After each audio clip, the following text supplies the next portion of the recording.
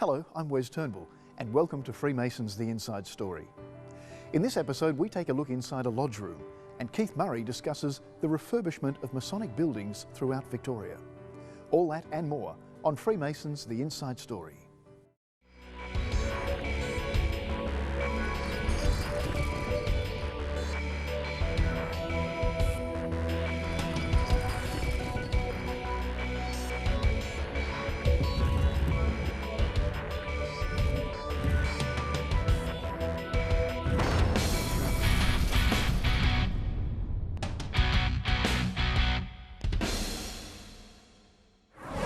Hello there, my name's Neil Cheney. I'm the Lodge Education Officer for Footscray St John's Lodge. And we're here this evening at the Dallasbrook Centre, along with Blake, who's come along to have a look inside the lodge room and perhaps have some of his questions answered about the workings and symbolism of Freemasonry. As you can see, Blake, behind us, there's the door of the lodge. When the lodge is in operation, there will be a person out there who's known as the tiler, and his job is to make sure that only the correct people go inside the lodge when it's operating. However, there are other occasions when other members of the public may be welcome in, family or guests maybe for different occasions. But as a general rule though, when the lodge is working as a Freemasons lodge, only Freemasons can enter. But as it isn't now, we're free to go in and have a look around. If you have any questions or any concerns, please raise them with me and I'll try my best to answer them for you. Thanks, Neil. Well, Blake, we're now inside the lodge room, and as you may have noticed, the lodge is set up in a certain configuration. Now there's some 280 different lodge rooms throughout Victoria, of which they'll all have their local identities and their local little characteristics, but they all essentially conform to the one similar pattern. In this case, the pattern I'm referring to is the line that runs from east to west. We're currently standing in the east, and the west is at the other end of the lodge room. In the east part of the lodge, we have the master. This is where the master sits, referred to as the worshipful master of the lodge. He could perhaps be considered along the lines of the chairman of the local sporting club, or perhaps the president of a local community club such as Lions or Rotary. And his job is to manage the business of the lodge and to basically act in the senior leadership role. Here's two chairs on either side. One's for the immediate past master and the other's for the chaplain. So the master sits up here in the east. Okay, Neil, is there a specific reason why the master sits in the east? Yes, there is. In terms of the traditions of Freemasonry, the master sits in the east because the sun is seen to rise in the east, to open the day and to spread its radiant heat throughout the world. In a similar way, in a symbolic manner, the master sits in the east so he can open the lodge and rule over it the same way the sun rules and governs the day. You'll notice also on the pedestal there's two books which we put up there as an example of the books that would be present during a lodge ceremony when the lodge is actually open. You'll notice one is the Holy Bible, the other one we put there is the Torah, the Jewish faith document. But in the event of a candidate or members being of another faith, there will be different books there. There might be the teachings of Buddha, or in the case of Islamic faith believers, there will be a copy of the Quran. In the case of there being just the one, then the volume of the Sacred Law, which is the Holy Bible, would be the one that would be there. Is there any specific significance to having those books there? Well, although Freemasonry is not a religion, in fact it specifically isn't referred to as religion, it's more a moral philosophy and a way of life, the notion that all Freemasons have a stated belief in a Supreme Being. That's their own individual interpretation of a Supreme Being, and therefore it can be reflected in any of the recognised religions. The master, like the other senior officers of the lodge, which we'll refer to shortly, has what's known as a working tool. He has a representation of what he does. And the master's tool is this, a square. And it comes from the operative days of Masonry, where it was used to try and adjust various angles on stonework to make sure they were true and correct. In the modern sense, though, of course, it refers to the master being able to rule the lodge with square conduct and fairness and making sure everything is correct. Let's go have a look at where the senior warden sits. Okay. Well, Blake, as you can see, we've now moved from the east part of the lodge down to the west, and this is where the senior warden sits. And behind me you'll see his pedestal, along with various other tools and symbols of his position. Now, the senior warden is considered the second most senior officer of the lodge, second only to that of the Worshipful Master's position. And the Worshipful Master appoints the Senior Warden to assist him in the well-ruling and the governing of the Lodge and conducting of its business. Perhaps the most important duty that he holds, in one sense, is to close the Lodge, because the Lodge can only be closed by the Senior Warden after the Worshipful Master gives him the command to do so. Again, the symbolism of the sun rising in the east is reflected here in the west, because the sun sets in the west, and that's where the Senior Warden sits to close the Lodge. Neil, I was curious what that white cube is. The white block, or it's actually a block of stone, is known as the smooth ashlar, and it represents the work done by the Senior Warden. We'll have that'll make a little bit more sense when we see what's on the Junior Warden's pedestal. Well, here we are in the south part of the Lodge, and this is where you'll find the situation of the Junior Warden. The Junior Warden, being the next in line to the Senior Warden, is the second of the two senior officers that the Worshipful Master appoints. You'll see here on his pedestal what we call the rough ashlar. And you might recall at the Senior Warden's pedestal, there was the smooth ashlar that you asked about. The relationship between those is seen as a progression. The Junior Warden, being the less senior of the two officers, has the rough ashlar. And as Freemasonry is seen as a progressive science, the ashlar gets smooth, it gets worked upon and improved until it becomes the perfect ashlar that is situated at the Senior Warden's pedestal. Neil, I've heard of the South referred to as the place where Freemasons meet after their meetings for refreshment and supper. Is that a different location to this South? Yes, it is. But even though a different location, the connection is still there. As you can imagine, it would be a bit hard to hold our festive board here in the lodge room in the South as it is in reality. But we still refer to the South because part of the Junior Warden's, a very important part of the Junior Warden's role, is to be in charge of the brethren when they are at refreshment. So when they're not working here, they're under the superintendence of the Junior Warden. Hence, when we go to have our refreshment, it's referred to traditionally as the South, even though it's not the South in the lodge. Hello, I'm Ben Quick, and welcome to Masonic Melbourne. Today, we're in the Parliament Gardens, in the centre of Melbourne. And behind me is a statue of Sir Douglas Nicholls and his wife, Lady Gladys. Sir Douglas is a prominent Australian Aboriginal of the Yorta Yorta people. He was a professional athlete, a pastor of the Church of Christ, and an Aboriginal who pioneered reconciliation in Australia. Sir Douglas was the first Aboriginal person to be knighted, and also the first appointed to viceregal office, serving as the Governor of South Australia. Sir Douglas played Australian rules football. He was recruited by Carlton but never played a game. In 1932, Sir Douglas joined the Fitzroy Football Club. In 1934, he was third in the Brownlow medal count. And in 1935, he was the first Aboriginal player to be selected to play for the Victorian interstate team. Sir Douglas was a well-respected and active Freemason. He joined Lodge Antoc in 1954. It is said that Sir Douglas enjoyed Freemasonry because of its principles of equality and spirit in giving to the wider community.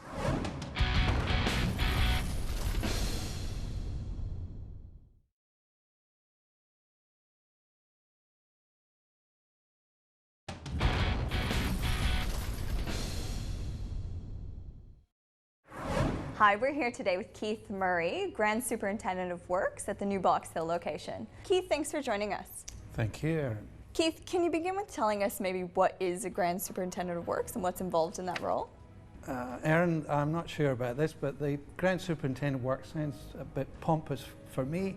Effectively what I've done is I've volunteered to use my skills and property to try and assist the organisation in building up the best network of meeting places we can in the state. And the title goes with the job, but the job's, I suppose, what I'm there to do is try and create the best meeting places we can for our members. You mentioned using your prior skills to further develop Freemasonry in your role as Grand Superintendent of Works. Can you tell us what qualifies you for that?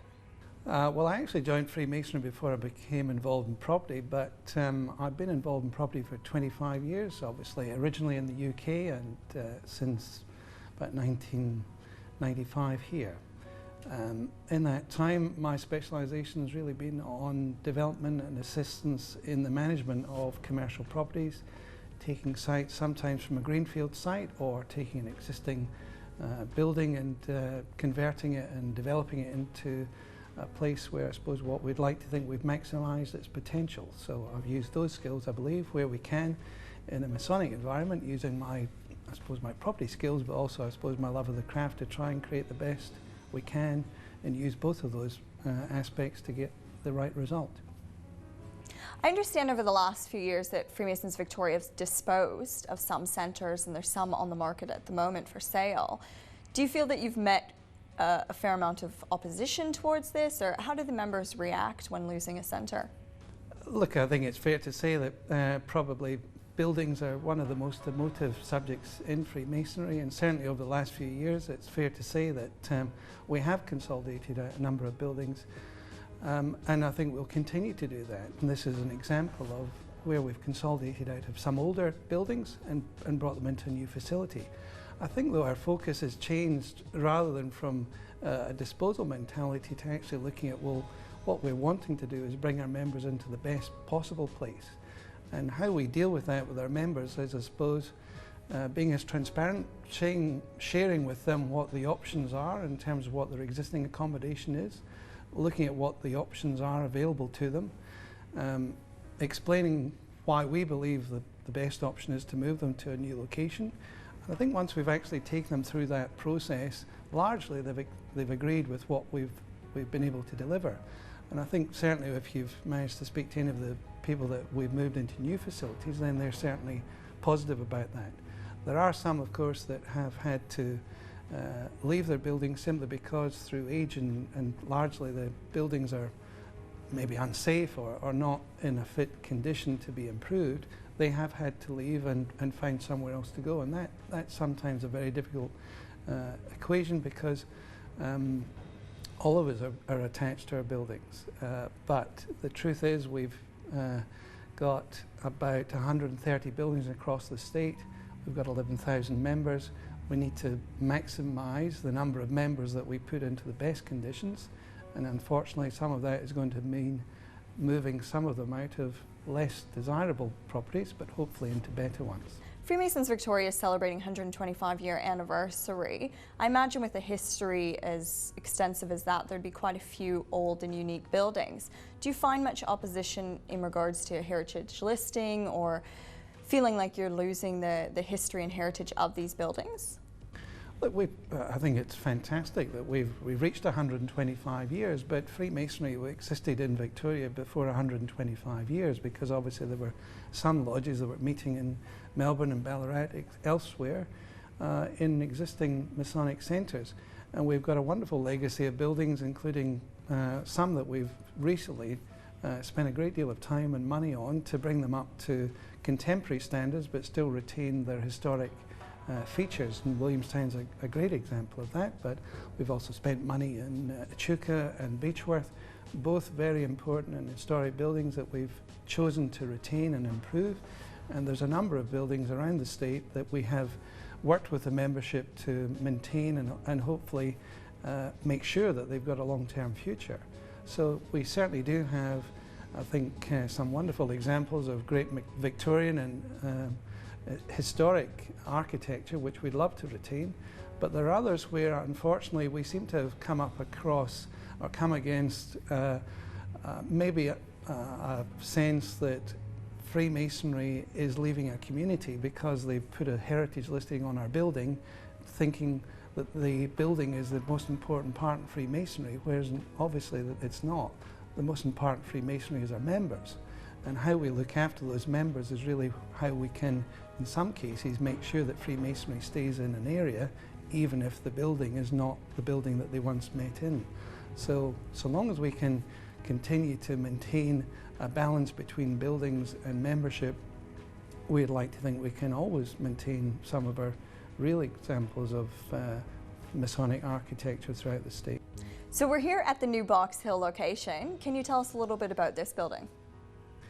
Well, some years ago, the Inner Eastern Masonic group, which included a number of centres in Canterbury, Camberwell, Kew and Box Hill, came together and decided that for the future of the benefit of the craft, they decided that they needed to find a central meeting place.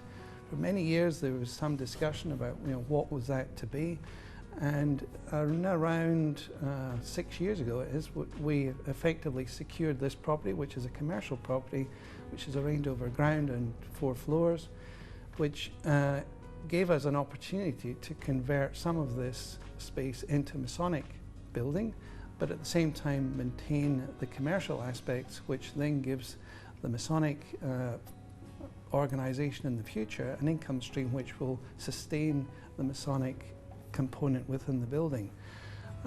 We've spent close to $4 million on this building. Some of it was to improve the facets of this building so it becomes a good asset for the organisation in the future.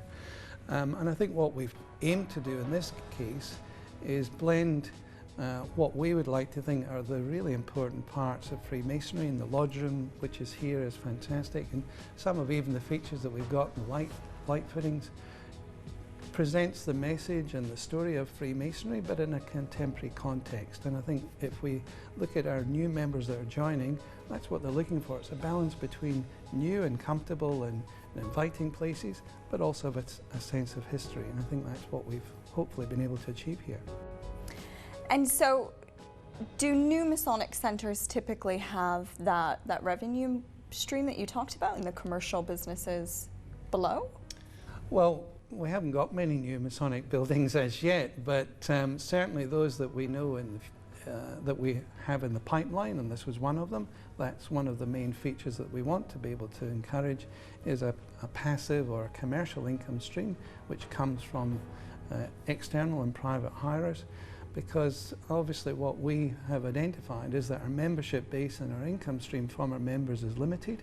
So to compensate for what limits we've got on the revenue from Freemasonry, in order to maintain the buildings, we need to look for other sources of income, and trying to marry in, and this is one of the newer examples of it, of marrying in a Masonic use within a commercial building, I think is a very good template. Some years ago there was a development happened in Stevenson Road, Mount Waverley, and they were probably set the benchmark in terms of the model for the future. This is probably only the next example, but there will be other examples in Garden Vale, which is another centre which we're planning to develop over the next year or two. We'll follow this example as well. You mentioned some of the projects in the pipeline. Can you tell us a little bit more about what's in the future for Freemasonry? Well, as I said, what we're aiming to do is build up a network of meeting places, and some of that is going to mean consolidation out of existing buildings. Some of it will mean improving existing buildings, and some of it will mean getting our members to meet in a different place than maybe where they were previously. So it might be in a community facility, but some of the examples that we've got in the pipeline already or near to completion, Shepperton is a new refurbished centre, so we've added on new commercial facilities at the front of the building, again to sustain that building in the future, but we've substantially refurbished that building. We're in the process of finalising plans for a brand new Masonic centre in Traralgon, which will be the consolidation between Traralgon and Morwell. We're also working with a few groups on their existing buildings to try and improve them and look at other opportunities for them. One of those examples is at Oak Park and Essendon, where the Oak Park Centre members have relocated to Essendon, and we're now looking to improve Essendon and make that into a much more inviting and comfortable place for the members to meet in. In addition to which, obviously, we've got the Dallas Brook Centre, which will be a further redevelopment, but on a much larger scale. And the expectation is again that will really become a showcase for Freemasonry, not just in this state, but in Australia. Wonderful. Well, thank you so much for joining us today, Keith. Thank you, Erin.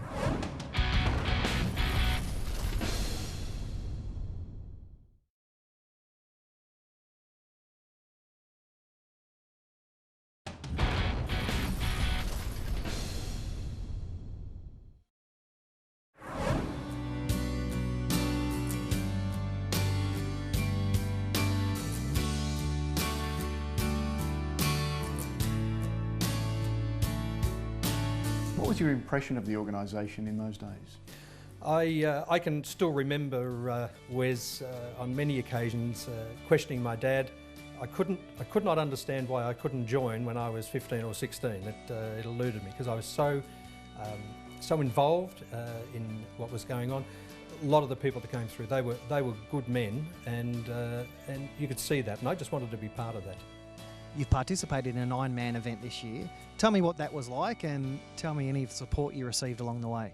Okay, so I was training for the Ironman, and I knew Trent had done an Ironman a couple of years ago. So I approached him and asked him to help me with a training roster, because these sorts of events aren't the sort of thing I do every day, that's for sure.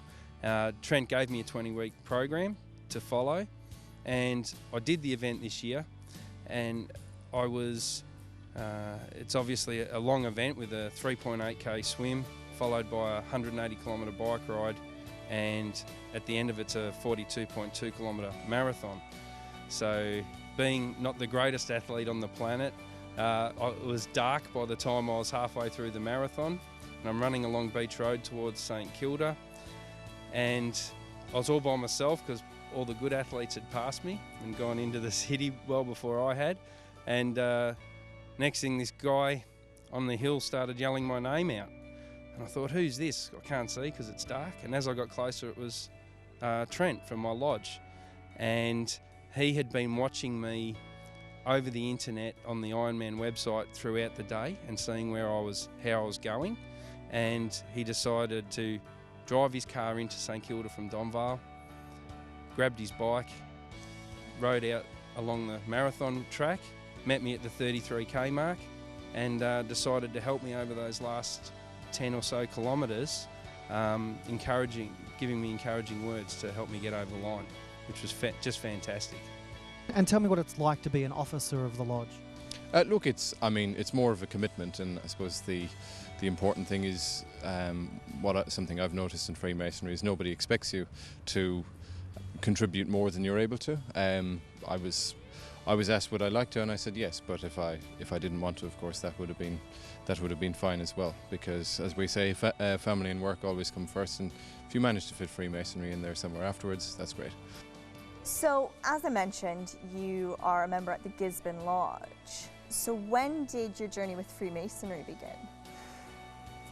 In 2005, sort of mid-2005, a very close friend of mine, Miles Nelson, who's also a member at Gisborne Lodge now, he went to Caulfield Grammar, and he was invited to an open night at Caulfield Grammar Lodge, and he was asked to bring a friend, and I was the friend. And we went down there and checked it out, and we really liked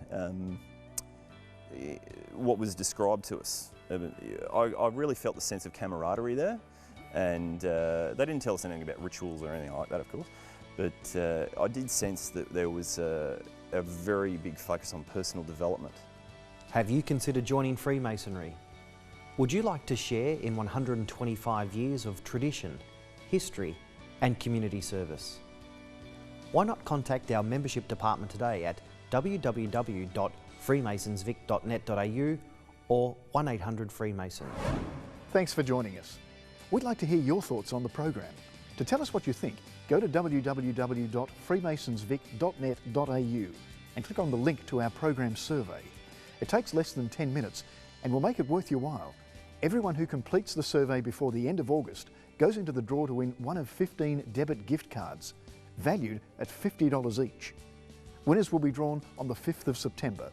So to share your thoughts and be in the running to win, go to www.freemasonsvic.net.au. To find out more about Freemasonry, visit the Freemasons Victoria website or phone us on 1800 Freemason.